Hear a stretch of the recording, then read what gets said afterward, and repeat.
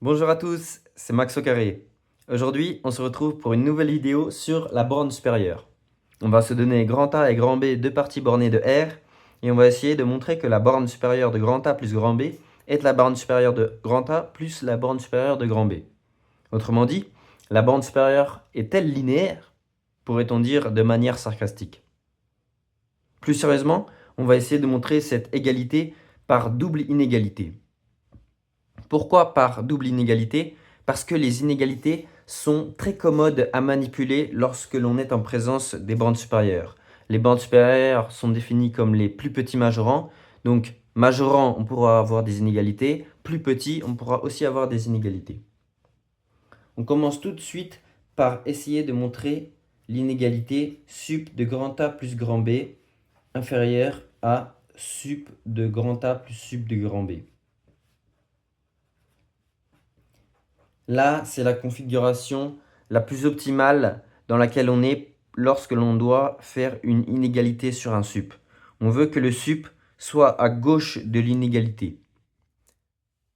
La méthode générale, en effet, ça va être de montrer dans un premier temps que pour tout x appartenant à grand A plus grand B, x est inférieur à sup de grand A plus sup de grand B. On aura donc sup de grand A plus sup de grand B, un majorant de grand A plus grand B, puisqu'il est plus grand que n'importe quel élément de grand A plus grand B. Et on pourra conclure sur la propriété de borne supérieure en tant que plus petit majorant. Donc si c'est le plus petit majorant, eh bien il est inférieur à tous les majorants, donc en particulier à ce majorant-là qu'on vient de trouver.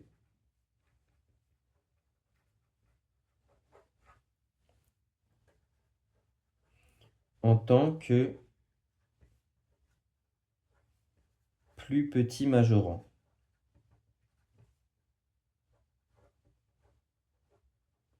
Donc ça va être la conclusion qu'on va faire, mais il reste encore à montrer ce point-là. Donc allons-y pour le montrer. Ainsi, on va prendre x appartient à grand A plus grand B. Ça veut dire quoi? Ça veut dire, par définition, qu'il existe un couple petit a petit b qui sont chacun, dont chaque coordonnée est d'un grand A grand B, tel que x égale a plus b. Et là, on voit que c'est assez naturel.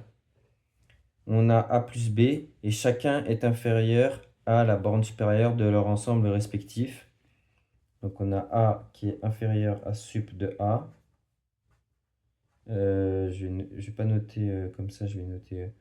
tiens, je vais noter un autre point, pourquoi pas, parce que sinon on peut confondre avec l'opposé de a. On a b qui est inférieur à sup de grand B. Et en sommant les inégalités, on obtient a plus b qui est inférieur à sup de grand A plus sup de grand B.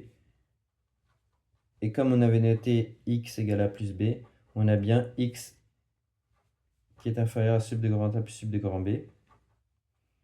Et grâce au raisonnement que l'on a fait précédemment, on peut obtenir cette inégalité avec le sup de grand A plus grand B qui est inférieur au sup de grand A plus le sup de grand B. Donc maintenant, on va essayer de montrer que le sup de grand A plus grand B est supérieur au sup de grand A plus sup de grand B. Alors comme je l'ai dit tout à l'heure, l'inégalité ci-contre, c'était la configuration optimale. On veut tout le temps un sup qui soit tout seul du côté gauche de l'inégalité quand elle est écrite dans ce sens-là, pour avoir ça et ensuite, entre guillemets, passer au sup en utilisant cet argument-là pour conclure. Ici, on n'est pas dans cette configuration-là. On a du côté de cette inégalité, voilà. Donc là, c'est à gauche, ici c'est à droite. On a deux sup, donc ce n'est pas optimal. Donc il va falloir plutôt essayer de montrer l'inégalité suivante. On va essayer de montrer que sup de A est inférieur ou égal à sup de A plus B moins sup de B. Et comme ça, on sera dans la bonne configuration. On va prendre n'importe quel élément de A. On va montrer qu'il est inférieur à ça moins ça. On va montrer que ça, c'est un majorant de grand A. Et on pourra conclure comme on a fait tout à l'heure. Maintenant, l'idée pour obtenir cette inégalité-là, ça va donc être de prendre un petit a dans grand A et d'essayer d'obtenir cette inégalité-là. Mais a priori, ça a l'air d'être assez compliqué parce qu'on va devoir utiliser sup de grand A plus grand B. Donc à un moment, on se doute qu'il faudra un petit b pour avoir un petit a plus un petit b pour obtenir une inégalité sur sup de grand A plus grand B. Donc ainsi, on va prendre un petit a dans A et un petit b dans B. Ainsi, on a naturellement que notamment petit a plus petit b, il est dans grand A plus grand B. Voilà. Donc, qu'est-ce que ça veut dire être dans grand A plus grand B? Ça veut dire que on a notamment A plus B qui est inférieur au sup de grand A plus grand B. Donc là, on a à peu près la première partie de notre inégalité. On a bien un sup de grand A plus grand B qui est cette fois-ci non pas à gauche comme tout à l'heure, mais à droite. Donc tout à l'heure, on a utilisé sa propriété de plus petit majorant pour le mettre à gauche de l'inégalité. Et là, on a utilisé sa propriété qu'il était un majorant de grand A plus grand B pour le mettre à droite de l'inégalité.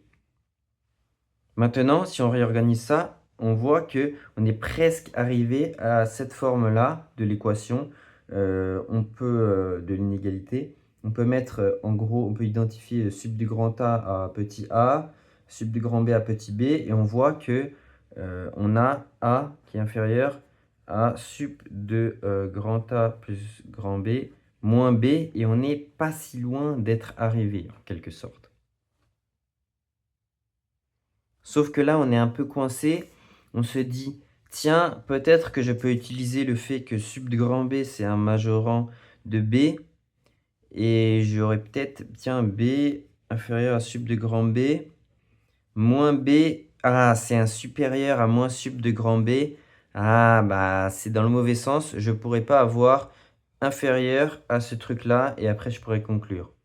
On voit que ici, la propriété que sup de grand B est un majorant de B, ça ne va pas nous servir. Il va falloir utiliser la propriété que c'est le plus petit majorant de grand B. En fait, c'est symétrique. Lorsque l'on a fait la première inégalité, on a utilisé la propriété de majorant simple pour sup de grand A et sup de grand B.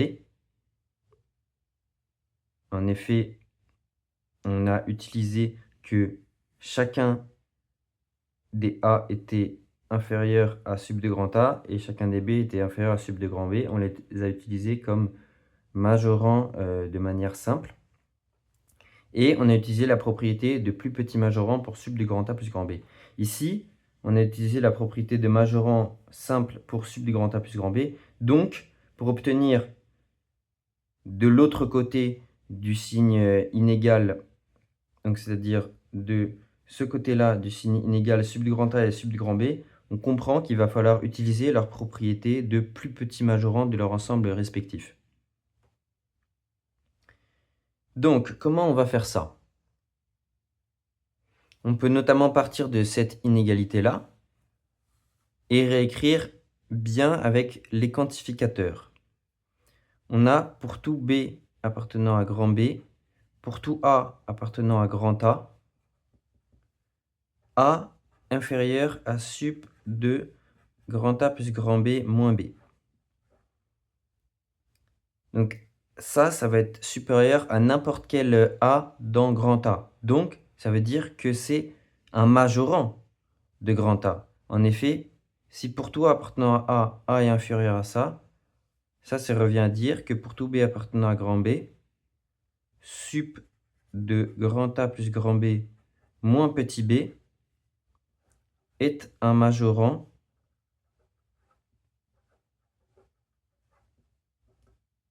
de grand A. Et donc, pour tout b appartenant à grand B, on a sup de grand A qui va être inférieur à sup de grand A plus B moins B en tant que plus petit majorant. Plus petit majorant de grand A. Donc c'est ce que je disais, ici il allait falloir utiliser les propriétés de plus petit majorant de sup de grand A à sup de grand B. Et donc là, on obtient une inégalité, on a enlevé le petit a, et maintenant il ne nous reste plus qu'à traiter le petit b. On n'a qu'à le mettre de l'autre côté. Comme tout à l'heure, on a petit b inférieur à sup de grand A plus grand B moins sup de grand A. Et ça, on l'a pour tout B appartenant à B. C'est ce qu'on a dit ici. Hop. Là, pour tout B appartenant à B. Et bien là, on va faire comme tout à l'heure. On note que sup de grand A plus grand B moins sup de grand A, c'est donc un majorant de grand B. Et donc, en tant que plus petit majorant, il est inférieur à ce majorant ci-contre. Et donc, on obtient l'inégalité voulue. Donc, voilà, en tant que plus petit majorant, je ne réécris pas. Et donc, en repassant le sup de grand A de l'autre côté, on obtient l'inégalité dans l'autre sens. Donc, tout à l'heure, on avait obtenu ça, dans ce sens-là. Cette fois-ci, on obtient ça, dans l'autre sens. Et donc, par double inégalité, on peut conclure que sup de grand A plus grand B est égal à sup de grand A plus sup de grand B. Voilà, c'est parfait. C'est la fin de cette vidéo. Merci d'avoir regardé.